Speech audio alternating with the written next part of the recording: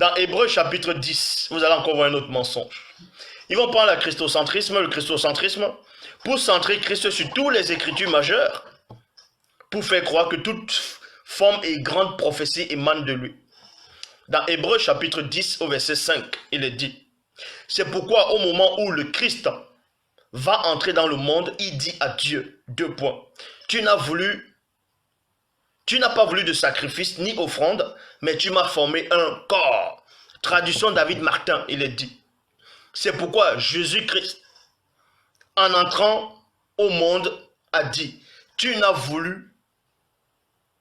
point voulu de sacrifice ni d'offrande, mais tu m'as approprié un corps. Nous allons donc voir où cette prophétie, où cette parole a été dite, puisque c'est une prophétie. La prophétie se trouve dans Psaume 40, verset 7. Et vous allez voir, dans Psaume 40, verset 7, il n'était nullement question de Jésus là-dedans. Ce n'était pas de Jésus dont on faisait allusion. Donc, dans le livre de Hébreux, ils ont encore menti. C'est un christocentrisme. Ils ont pris l'histoire de quelques patriarches, ils ont fait croire que ça parlait de Jésus. Nous allons donc parcourir dans Psaume, chapitre 40, au verset 7. Il est dit, « Tu ne désires ni sacrifice ni offrande. Tu m'as ouvert les oreilles. Tu ne demandes ni holocauste ni victime expiatoire. » Versets 8 à 13. Toujours dans Psaume 40, dans la Bible Ostéval, nous allons lire tout le contexte pour vous montrer que ce n'était pas de Jésus dont on faisait allusion ici. Donc c'est encore un mensonge. Alors j'ai dit, voici je viens. Il est écrit de moi dans le rouleau de ton livre. Point. Mon Dieu, j'ai pris plaisir à faire ta volonté. Et ta loi est au fond de mes entrailles. J'ai annoncé ta justice dans la grande assemblée. Voici je ne tiens pas mes lèvres fermées. Tu le sais, ô Éternel. Je n'ai point renfermé ta justice au-dedans de mon cœur. J'ai dit ta fidélité et ta délivrance. Je n'ai point caché ta bonté ni ta vérité dans la grande assemblée.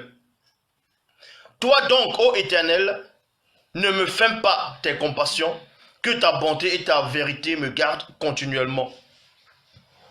Psaume toujours 40, verset 13, c'est la même personne. Écoutez attentivement, c'est la même personne qui parle. Car mes maux sans nombre m'ont environné. Point virgule. Mes iniquités m'ont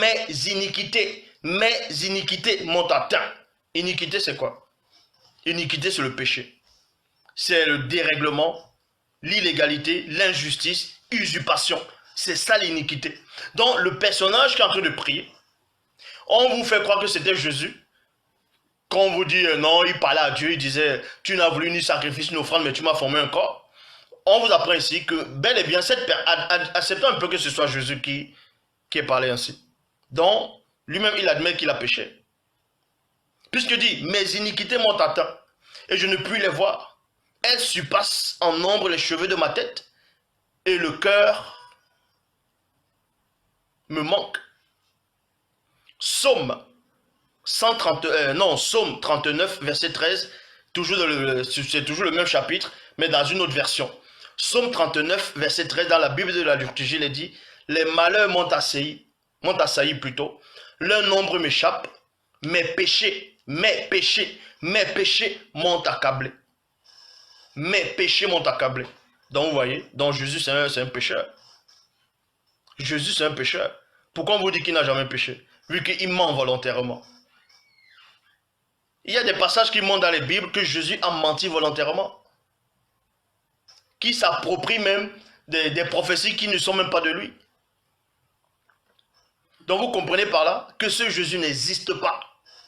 Je m'adresse d'abord à tous ces Africains, à tous ces Noirs qui regardaient ce direct et qui vont encore voir ce direct-ci. On vous dit que le christianisme est arrivé la première fois en Afrique au 1er siècle. Mais avant le 1er siècle, il y avait quoi en Afrique? Est-ce qu'il y avait le christianisme? On vous fait croire que ce sont les faux juifs qui ont inventé la circoncision. Quand ils sont venus en Afrique, ils ont trouvé que le peuple noirs, connaissaient déjà la circoncision. On vous fait croire que c'est Abraham qui était l'auteur, le premier à être circoncis. Faux. Vous comprenez ici, on va poursuivre. Dans Somme 40, verset 13, Bible parole de vie, oui, des malheurs pleuvent de tous côtés. Je ne peux pas les compter, mes fautes retombent sur moi.